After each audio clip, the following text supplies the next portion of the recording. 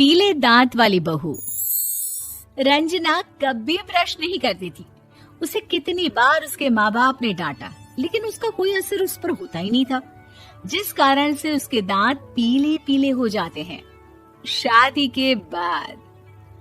अरे बहू, वैसे तो तुझ में कोई कमी नहीं है, पर तेरे दांत इतने पीले कैसे हैं बेटा? कैसे मतलब? कोई सर्जरी थोड़ी ना कराई है। वो तो क्या नाम, मैं ब्रश नहीं करती थी तो पीले हो गए। अब क्या करूं? आप कहें तो लाल करवा लूं या फिर काले? यार ये क्या है, क्यों माँ से लड़ रही हो? लड़ रही हूँ? अरे मैं लड़ रही हूँ या ये बोल रही है कि दांत पीले हैं, पीले। अरे तपस्या थोड़ी ना की है इन्हें पीले करने के लिए। बकायदा ब्रश नहीं किया है 20 साल तक, तब जाकर। छी, कैसी बात कर रही हो? ये उस वक्त तो पीले नहीं थे जब हम लोग तुम्हें देखने आए थे। अरे तब साफ करवा लिया होगा डेंटिस्ट के पास जाकर। अब देखो कैसे पीले पीले लग रहे हैं। रंजना सास की तरफ गुस्से से देखती है। फिर शुरू हो गई पीले पीले पीले। अरे पीले तो तब भी थे जब मेरे हाथ का रसगुल्ला उड़ा उड़ा कर खा रही थी और बोल रही थी, लड़की नहीं गुणों का खजाना दे रहे भाई साहब आप। खैर, अब वो लोग करते भी तो क्या करते, पीले दांत वाली बहू पल्ले पड़ी थी तो झेलना तो था ही। एक दिन कीर्तन में रंजना गाना गा रही थी। अरे कमला बहन, माँ का द्वार है, यहाँ तो सब शुद्ध होकर आते हैं, फिर अपनी बहू को ब्रश भी नहीं करवाती तुम। दूर से पीले पीले दांत भक्ति में बाधा उत्पन्न कर रहे हैं। अरे कोई 2 साल के बच्ची थोड़ी ना लेकर आई हूँ मैं बहू बनाकर। अच्छी खासी लड़की है, अरे कैसे करवाऊं ब्रश? ये तो उसे खुद करना चाहिए ना। अब माँ बाप तो इसके जैसे तैसे निपटा दिए, ये नहीं सोचा कि सास कैसे संभालेगी। सास बहू को लेकर घर आ जाती है, लेकिन सोच लेती है कि अब इसे लेकर कहीं नहीं जाएगी। अगले रोज बहू कहती है, अरे क्या हो गया, मंदिर नहीं जाना क्या? कीर्तन का वक्त हो रहा है। मेरी मधुर वाणी से कान्हा जी जागते हैं और सोते हैं। आप तो जानती है ना उनकी भक्ति में कितना मन लगता है मेरा। वो क्या है ना, तबीयत ठीक नहीं लग रही है मेरी, आराम करूंगी मैं। तबीयत ठीक नहीं लग रही? अभी तो मिथुन के गाने पर नाच रही थी आप, और अब बोल रही है कि तबीयत ठीक नहीं लग रही। अरे भक्ति में मन लगा लो सासू माँ, ऊपर जाना है, क्या मुंह दिखाओगी आप? हाँ? सास को बहू की बात पर गुस्सा आ जाता है। मैं क्या मुंह दिखाऊंगी, इसकी चिंता तो ना कर, समझी? अपने मुंह की चिंता कर, जो ये पीले पीले दांत लेकर हर जगह पहुंच जाती है। पता है लोग कितना मजाक बनाते हैं। ना जी ना, मैं नहीं जाना कहीं तेरे साथ। तो ये बात है। कोई ना, मत जाओ, मैं अपने कमरे में ही बैठकर भक्ति कर लूंगी।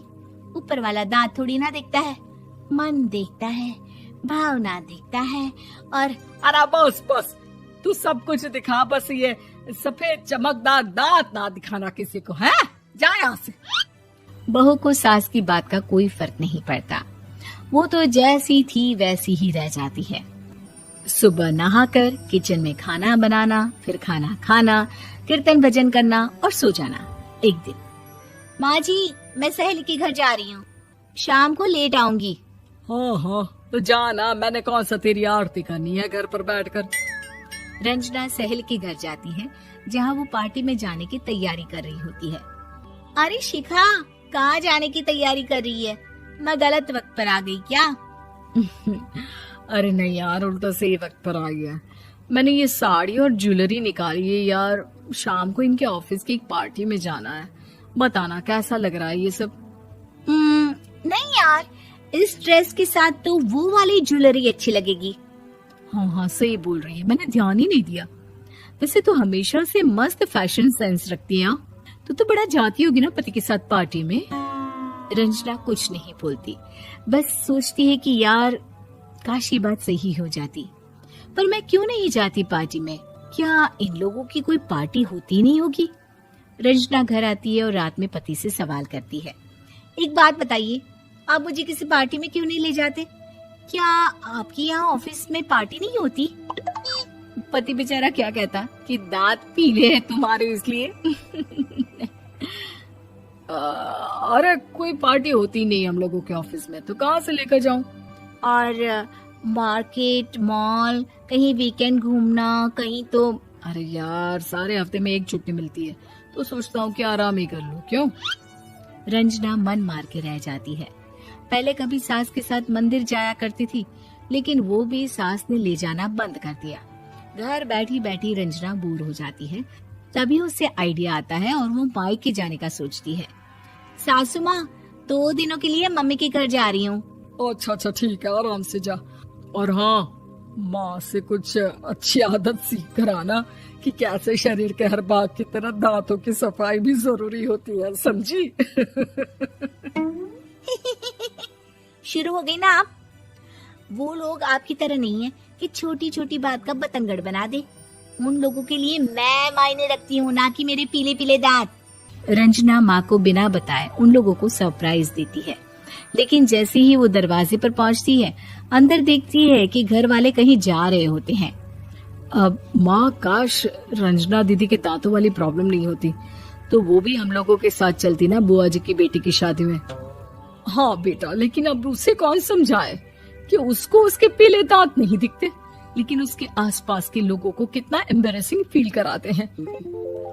मुझे तो कितनी बार उसके स्कूल की टीचर ने शिकायत की कि उसके साथ कोई लड़की बैठना भी नहीं चाहती, और ना ही कॉलेज में कोई उससे बात करना चाहता था। लेकिन पता नहीं क्यों उसे ये बात समझ में ही नहीं आती। कोई कमी नहीं है उस लड़की में, बस यही कि दांत पीले हैं। वो तो भला हो जीजा जी और उनकी माँ का, जो दीदी को जैसी है वैसे ही रखा हुआ है। रंजना को अपने घर वालों की बात सुनकर बहुत दुख होता है। वो सोचती है कि वो क्या करे, लेकिन फिर वो सीधा डेंटिस्ट के पास जाती है, अपने दांत चमकाती है और कसम खाती है कि वो रोज ब्रश करेगी। अरे क्या हो गया? तुम तो 2 दिनों के लिए गई थी ना, पर कोई ना, अच्छा है, चलो आ गई तो। रंजना सास के सामने आकर खड़ी हो जाती है और पूरी स्माइल करती है, उसके चमकदार दांतों को दिखाती हुई। चले मंदिर। माँ, मुझे माफ कर दीजिए, मैंने आप लोगों को बहुत एम्बैरेसिंग फील करवाया। मैं आज से रोज ब्रश करूंगी।